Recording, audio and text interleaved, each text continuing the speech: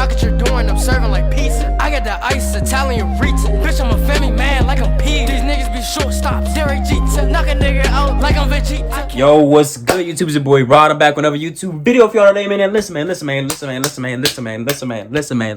Look. I'm back in a reaction video, man. I know it's been a while, you know what I'm saying? So y'all heard from your boy Rod Too Tough, you know what I'm saying?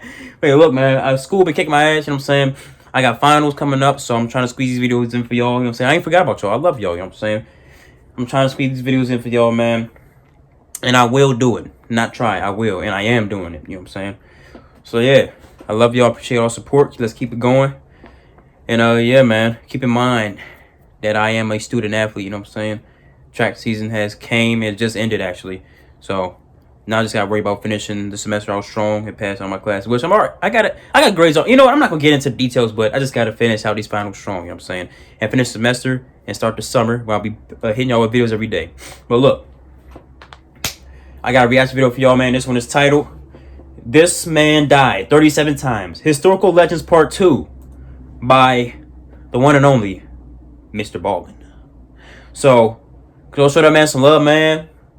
But I need more. I need more. You already know how that go, man. I'm on the road to 10K. I'm on the road to 10K. Let's get it, baby. 10K. Let's get it. You know what I'm saying? Wait, look, man. Shit, I forgot what I was about to say. But before we get to this video, make sure y'all like, comment, subscribe. Hit that bell, post notifications, get notified when I post them, you know what I'm saying? Find my IG, Snapchat, intro and outro. Find my IG down below in the description. Is there alone this original video, you know what I'm saying? So go show, already said that. Alright, show me some awesome love. I need more than what I already did that. I'm stupid. My bad. Hey, man. Let's hop to this video. Shall we? Put it in the basket. See how the basket, put it back in the basket. Let's get it. If you Google the craziest war story of all time, the story I'm going to tell today always pops up as the #1. But before we get into today's story, if you're a fan of dark and mysterious delivered in story format, then you come to the right channel because that's all we do, and we upload 3 or 4 times every week. So if that's of interest to you, please remove all of the trash bags from inside all of the like button's trash cans, and then proceed to throw away various perishable saucy food items. Also, please subscribe to our channel and turn on all notifications. Hey, what's this man talking about? Our weekly uploads. All right, let's get into today's story.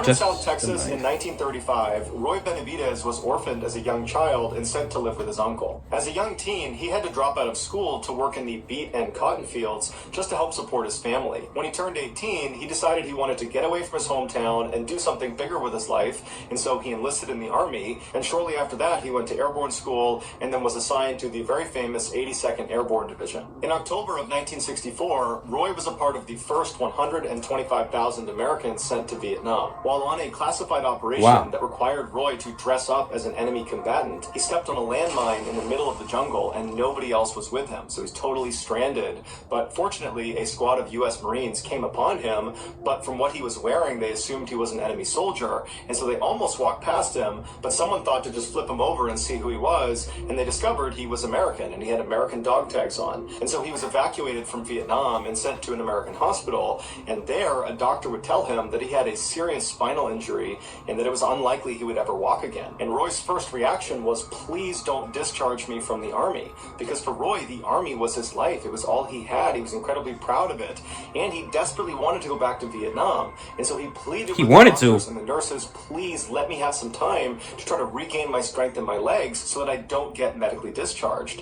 And so they said, look, you're going to get medically retired if you aren't walking within the year. And so every night when his doctors and nurses would leave, he would fall out of his bed and then drag himself across the ground to the wall, and then he'd pull himself up and try to put weight on his legs and attempt to build strength back up and retrain himself how to walk. And after 6 months of doing this every night, he did literally reteach himself how to walk. He built up strength in his legs, and his doctors and nurses, they're watching this transformation during the day, but they're not seeing him at night, and they're telling him, this is a miracle, we've never seen this before, we've never seen someone recover so quickly. This nigga's crazy. And Roy just stayed quiet because he wanted to make sure he was allowed to keep doing that every night. And so finally, after those 6 months, his doctors and nurses agreed that, yep, he's good, he can stay in the Army. But the Army said they wanted him to take a desk job because he had already been so badly wounded in combat. And Roy didn't want that. He pleaded with them to let him go back to the 82nd, but they said, no, we're not going to risk you getting hurt again. And so he was sent to North Carolina for his desk job, and as soon as he got there, he began training like a maniac every minute of every day, trying to get in the best shape of his life, because his plan in his head was once he got there, he would try out for Special Forces. He would try to become an Army Green Beret, which is the premier combat unit in the Army. It's one of the hardest ones to get into, and their training program is in North Carolina. And so after a few months, he was in amazing shape, and he asked his superiors, can I go try out to be a Green Beret? And they're like, I can't believe you're even walking, but you know what? You've come this far, you can go try out. And just a couple of months later, Roy Benavidez was a Green Beret. This man is crazy. In 1968, so 4 years after Roy was nearly killed by that landmine, he was sent back to Vietnam for his second combat tour. And as soon as he got there, the fighting was very intense. On May 2nd of that year, Roy had a day off, and he was spending his day off at a church service inside of their wooden shack they had built on their base. And while he was in there listening to the chaplain, he heard a radio call come out from the communications table that was just outside of the shack he was in, and it sounded like someone was in trouble. And so he ran outside to listen to the radio, and what he heard was this very desperate call from someone yelling into the radio, get us out of here. And in the background of this radio call is just a constant barrage of gunfire. The call for help came from a 12-man Army Special Forces team that had been ambushed by an entire North Vietnamese Army infantry battalion. To put that in perspective, that is 12 Special Forces members, of which many of them Roy knew personally, in the middle of the jungle, where on all four sides there are over 1,000 enemy combatants. 1,000. As Roy is hearing this distressing transmission come across the radio, he hears overhead the sound of incoming helicopters, and he looks and he sees there's 3 birds that are coming towards their base. And so he runs over to the landing zone to greet the helicopters as they come in, and he can see as they're landing they are all completely covered in bullet holes. And as soon as they touch down, Roy runs up to one of the door gunners, which is this 19-year-old kid, and he looks kind of dazed. And Roy asks him, what's going on? Where'd you guys just come from? Were you out there at that ambush site? Do you know what's going on with that 12-man team? And the door gunner just collapses into Roy's arms and dies. He had been shot up.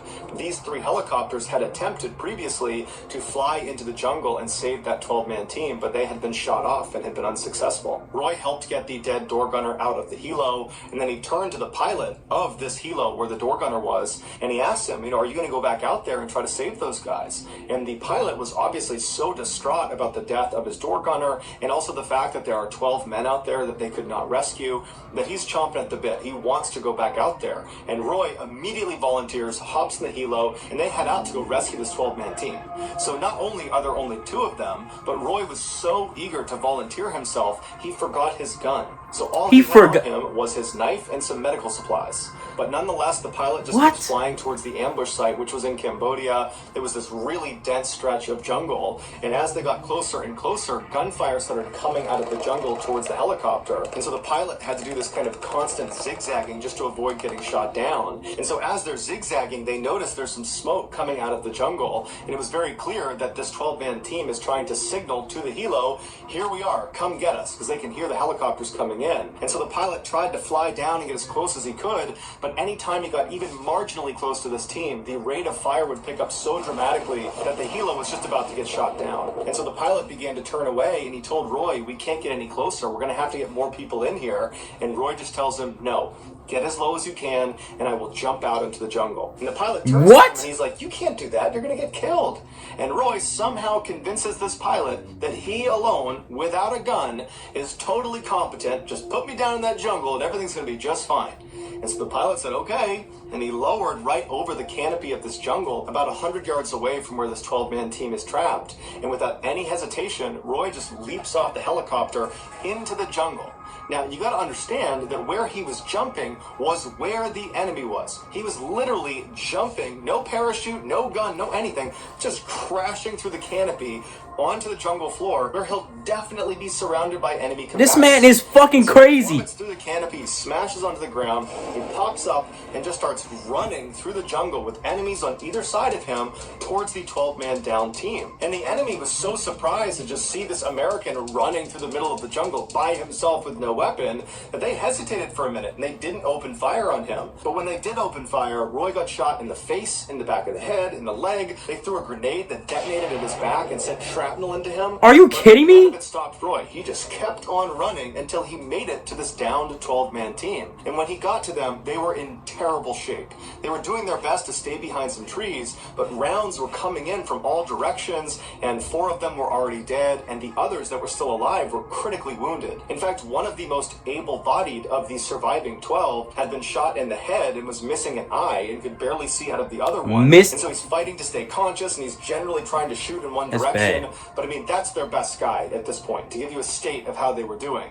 But Roy ran up to this guy, he pulled him down, he gave him a shot of morphine in the arm, and he repositioned him because he couldn't really see, and told him where to shoot his gun. And then, under a constant hail of bullets, Roy low-crawled to each of the other living team members and gave them morphine shots, and then began dragging each and every one of them away from the ambush site to this other area where there was better cover, and there was a nearby clearing that he believed a helicopter could land in if the pilot was really daring. On one of Roy's last trips back to the ambush site to get the last few surviving members, he saw 2 other men that were part of this team that had been totally cut off from the main group. And when Roy had jumped into the jungle and ran in, all his adrenaline had kicked up and he just hadn't done a head count. And so he didn't realize there were 2 other people over there. And so without any hesitation, he grabbed a gun off of one of the dead enemy soldiers and just began running towards this down 2-man team. And as he's running, he's shooting wildly in every direction, trying his best to suppress enemy fire, but it's really doing nothing. He's just dodging bullets as he's running. And right as he got close to the 2-man team, a bullet went flying through his thigh, just clean through his thigh. What? And it didn't slow him down. He got to the 2-man team. He's still sprinting. And he says, okay, get ready to move.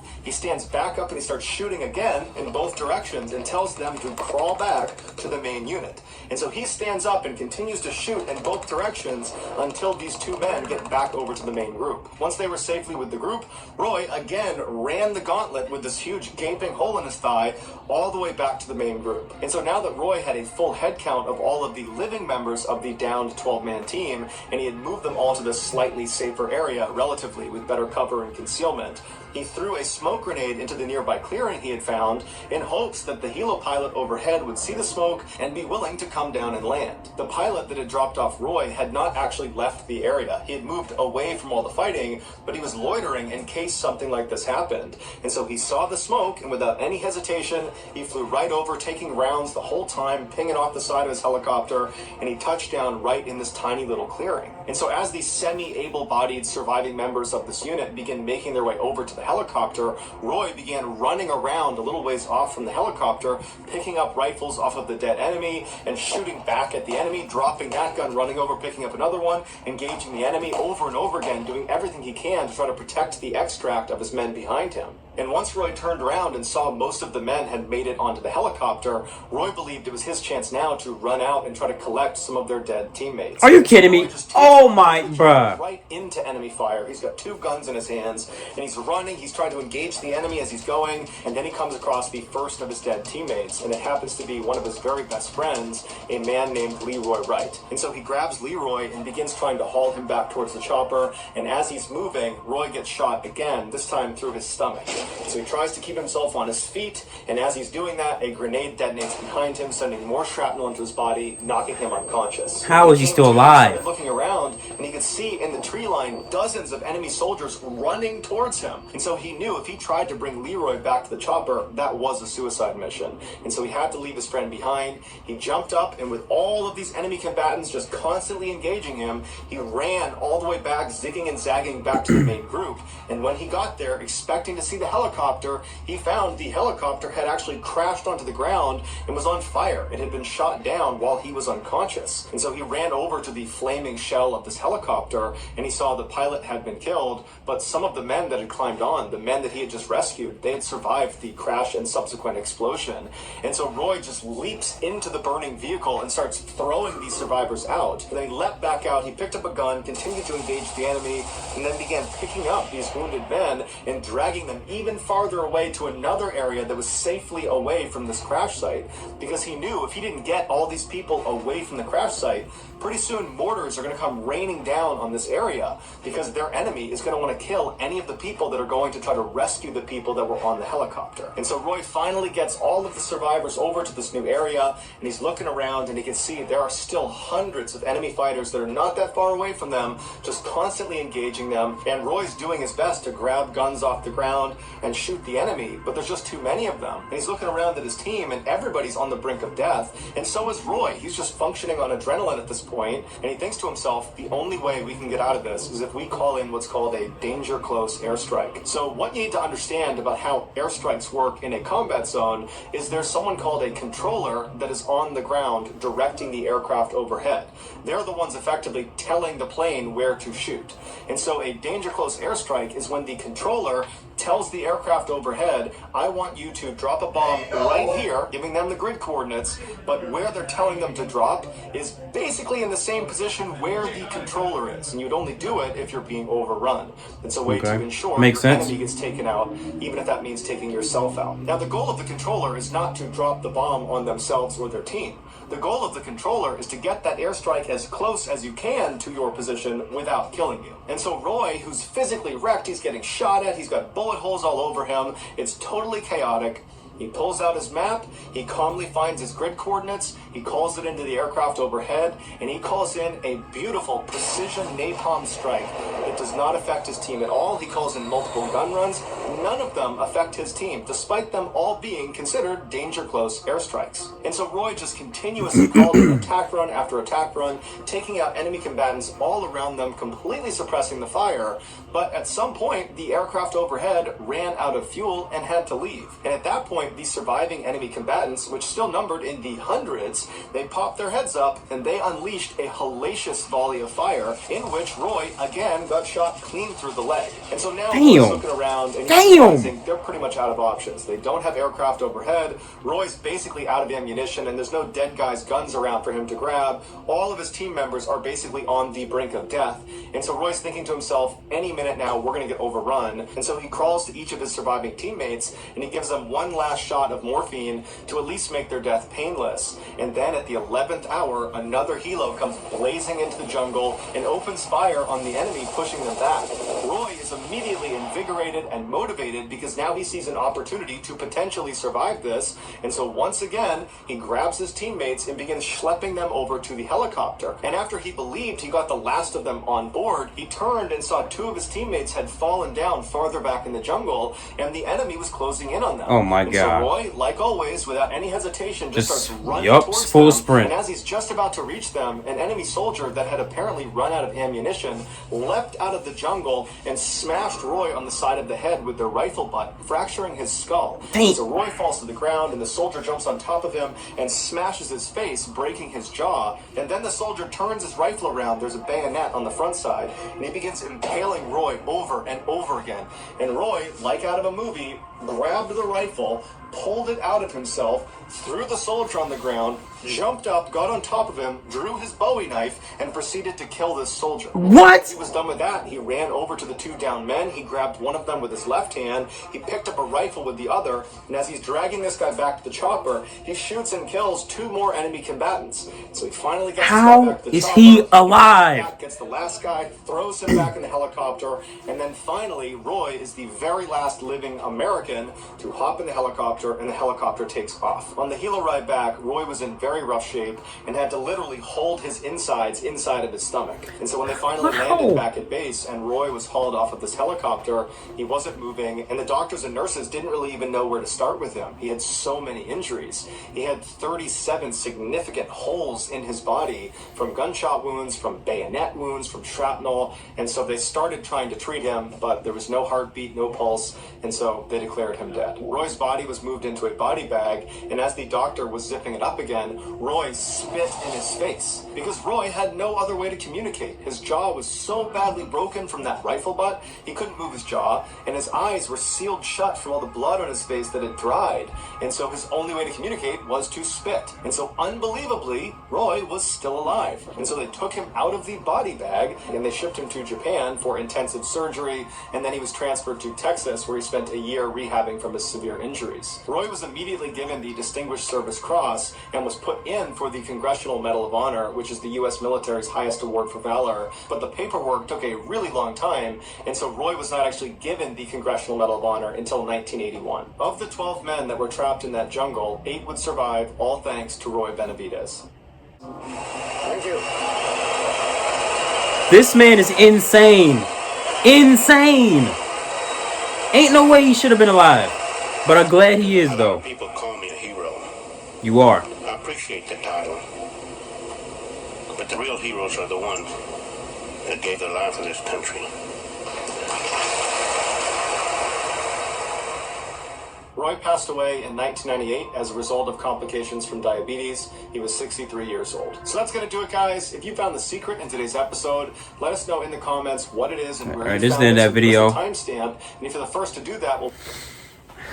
Bruh, that man Roy, that man is a great American. He is an amazing American, amazing soldier. And that man is inspiration. He's an inspiration for me, for all of us. He should be. That man is unreal. He's unreal. That is a superhuman. That's a real life Captain America if I have ever heard of one. I ain't never heard no story like this. This man had 37 holes in his body from bayonets, bullets, and grenades, and was still running full speed through the damn jungle. No way. Bruh. I mean, not no way, but I mean, yeah, no way. I never heard anything like that. Come on now. That man is a real life superhuman. That man is a real life Captain America. Like, and come on now. That's and he did it all on his free will. He willingly went in there into danger, knowing he might die. And did all that. Willingly. He took those 37 holes willingly. He didn't even have to. He wasn't even assigned to be in there. He did it himself. Come on now. This is amazing, bro. That man, God rest his soul, man. That man's a hero. That man is a hero. Real life Captain America. That's what I'm gonna call him. Real life Captain America. But hey, look, man. Hope y'all enjoyed this episode. Hope y'all enjoyed this reaction. And make sure y'all like, comment, subscribe. Ding! Hit that bell for post notifications. You know if I'm not posting, you know what I'm saying. Follow my IG, Snapchat, intro and outro. Follow my IG down below in the description.